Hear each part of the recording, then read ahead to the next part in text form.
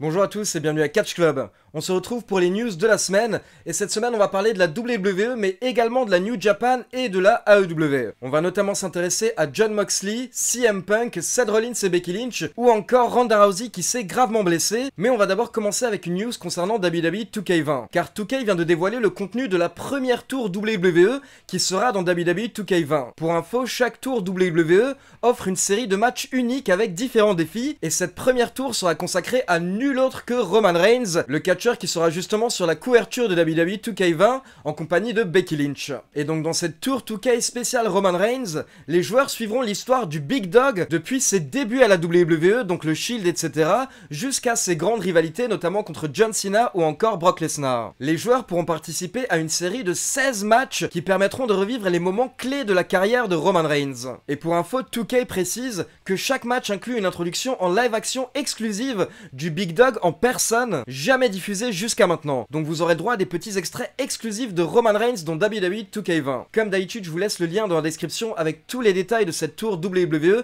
spéciale Roman Reigns, et vous avez notamment la liste des 16 matchs qui seront disponibles dans cette tour. On retrouve vraiment tous les gros adversaires de la carrière de Roman Reigns, comme John Cena, Brock Lesnar ou encore The Undertaker. On passe maintenant à WWE NXT, car pour ceux qui ne sont pas au courant, il y a eu une grosse annonce cette semaine concernant NXT, qui à partir du mercredi 18 septembre sera dorénavant diffusé sur la chaîne USA Network. Et donc cela va mener à plusieurs changements. Donc déjà NXT ne sera plus enregistré, maintenant il sera en direct chaque mercredi de 20h à 22h aux États-Unis. Donc le show ne durera plus 1 heure mais 2 heures. Et donc beaucoup de personnes se demandaient si Vince McMahon allait intervenir maintenant que NXT passera sur une grande chaîne, et on a un petit peu tout lu dans les médias américains cette semaine, mais d'après la plupart des gros médias américains, au final Vince McMahon ne va pas intervenir et il va laisser Triple H gérer NXT comme il le faisait jusqu'à maintenant. Car d'un côté, Triple H gère parfaitement NXT actuellement, et à côté de ça, Vince McMahon est en plein lancement de la XFL, donc il est très occupé. Mais Dave Meltzer précise que si jamais les audiences sont décevantes,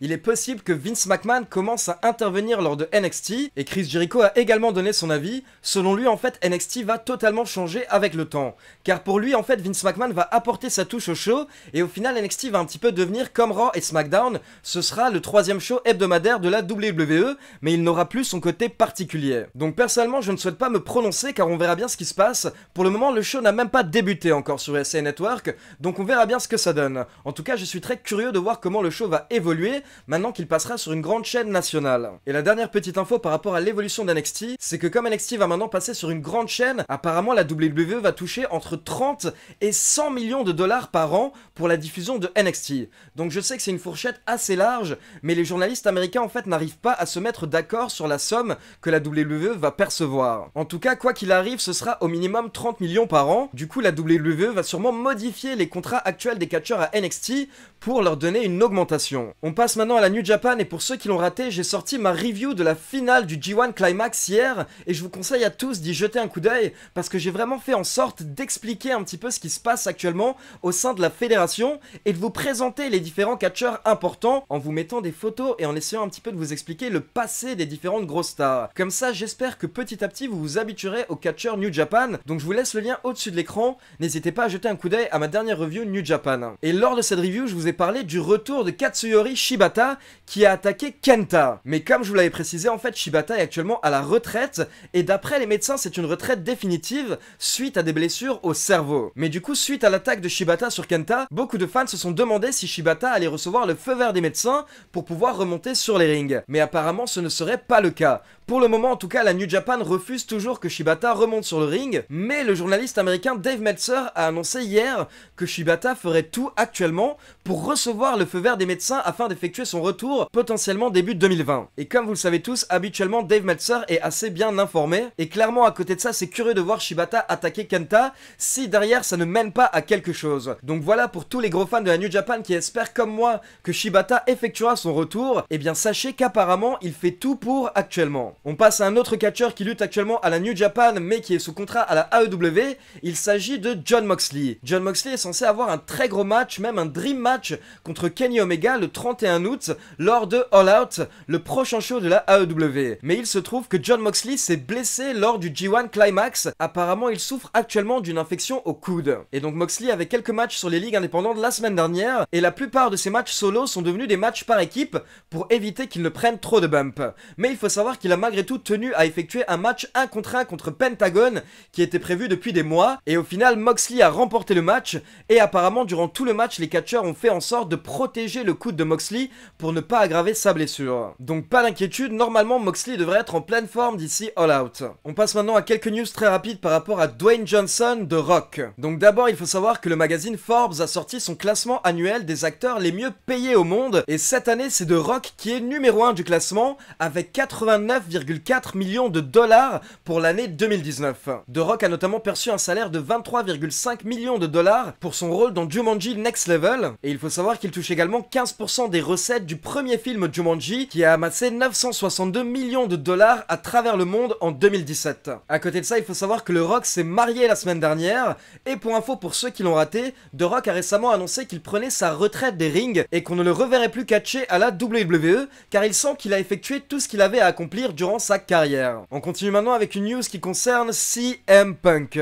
Donc beaucoup de personnes s'attendent à voir CM Punk le 31 août lors du show de la AEW All Out qui se tient justement à Chicago, mais je vous avoue que moi, à mon avis, on ne verra pas CM Punk à All Out et j'ai peur que beaucoup de fans soient déçus car la plupart des gens s'attendent à le voir. Mais donc alors que les fans s'attendent à un rapprochement de CM Punk avec la AEW, les rumeurs annoncent plutôt des rapprochements entre CM Punk et la WWE, et plus précisément la chaîne Fox. Car comme vous le savez, aux États-Unis, SmackDown va passer sur la chaîne Fox à partir du mois d'octobre et le show sera diffusé les vendredis. Et à côté de ça, la chaîne Fox va également lancer un talk show consacré à la WWE qui sera diffusé sur la chaîne Fox Sport 1. Des rumeurs annoncent qu'il pourrait y avoir Renee Young ou encore Jerry Lawler impliqués dans ce show, mais il faut savoir que cette semaine, le nom de CM Punk a été associé à ce futur show. Car en fait, aux États-Unis, CM Punk est représenté par une agence qui s'appelle CAA et qui représente également la WWE. En fait, c'est une agence de booking et management qui gère les droits pour des apparitions ou encore des partenariats pour de grandes entreprises ou des artistes. Pour ceux qui ont déjà vu un petit peu mes précédentes vidéos, je travaillais dans ce genre d'entreprise en Europe, une boîte de booking et management d'artistes, et donc en fait notre rôle en tant qu'agent d'artiste est de booker nos artistes dans des shows, des concerts, des festivals, des apparitions privées ou publiques pour justement combler leur emploi du temps et leur trouver le plus de revenus possible. Et du coup, l'agence ou les agents touchent un pourcentage des revenus de l'artiste. Pour ceux que ça intéresse, je vous laisse le lien de la vidéo en haut de l'écran où j'avais expliqué ma carrière en tant qu'agent d'artiste, comme ça vous pourrez comprendre un petit peu mieux le fonctionnement du booking. Et donc cette agence qui représente CM Punk a proposé CM Punk à la chaîne Fox en tant que présentateur ou intervenant pour leur futur talk show sur la WWE. Donc il faut savoir que ce n'est pas CM Punk qui a approché la chaîne Fox directement, mais c'est son agence. Donc pour le moment, CM Punk n'a même pas donné son accord, ce n'est que par la suite, si jamais le groupe Fox est intéressé, que l'agence CAA ira vers CM Punk en lui faisant une proposition concrète. Mais donc il faut savoir que ce ne serait pas un rapprochement direct de CM Punk avec la WWE, parce que si jamais cela se fait, en fait CM Punk travaillera pour la chaîne Fox, et ce sera donc un employé et un salarié du groupe Fox, et non de la WWE. Donc voilà, tout ce qu'on sait pour le moment, c'est que son agence CAA a proposé CM Punk au groupe Fox, et qu'on attend actuellement la réponse du groupe Fox. Clairement ça pourrait apporter un buzz énorme au show, mais apparemment la WWE ne serait pas très motivée par l'idée d'avoir CM Punk dans un show qui est censé critiquer la WWE. On passe maintenant à une news toute récente qui est sortie hier soir, et c'est Becky Lynch qui l'a annoncé elle-même sur Twitter.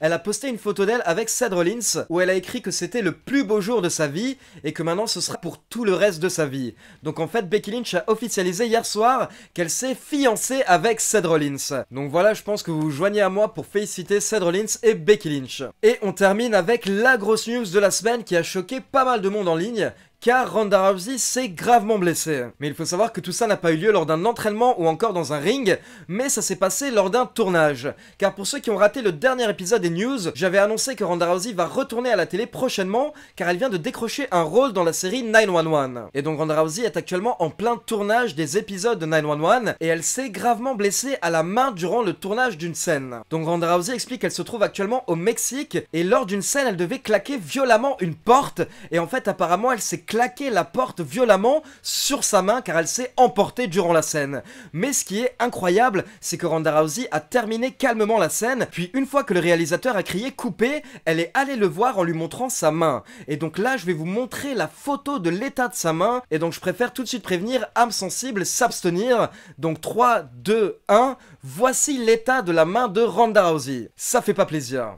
Donc comme vous pouvez le voir, en fait, elle s'est tout simplement sectionné un doigt. Elle s'est complètement brisé le majeur, en fait, jusqu'au tendon. À la fin, il n'y avait plus qu'un tendon qui retenait son majeur. Et à côté de ça, elle a une fracture de l'annulaire. Donc clairement, c'est une blessure assez gore, comme vous pouvez le voir. Et tout simplement, en fait, elle aurait pu perdre son doigt. Mais heureusement, comme on est sur une grosse série, il y avait des médecins sur place. Et elle a pu être rapidement emmenée à un hôpital où elle a été traitée. Et donc ils l'ont recousue et apparemment, ils ont dû insérer des vis. Mais ils ont réussi à sauver son doigt. Donc voilà, c'est une nouvelle rassurante pour Ronda Rousey, qui étant lutteuse et fighteuse, a besoin de ses 10 doigts pour pouvoir porter parfaitement ses soumissions. Mais en tout cas, il faut savoir que sa blessure ne l'empêche pas de tourner, car dès le lendemain de sa blessure, elle était de retour sur le plateau pour continuer le tournage. Voilà, c'est tout pour les news de la semaine. Comme d'habitude, n'hésitez pas à me dire ce que vous avez pensé des news dans les commentaires, et n'oubliez pas de liker la vidéo, de vous abonner à la chaîne et de cliquer sur la petite cloche pour être informé de la sortie des prochaines vidéos. Pour info, les résultats de NXT sortiront samedi. Ciao tout le monde!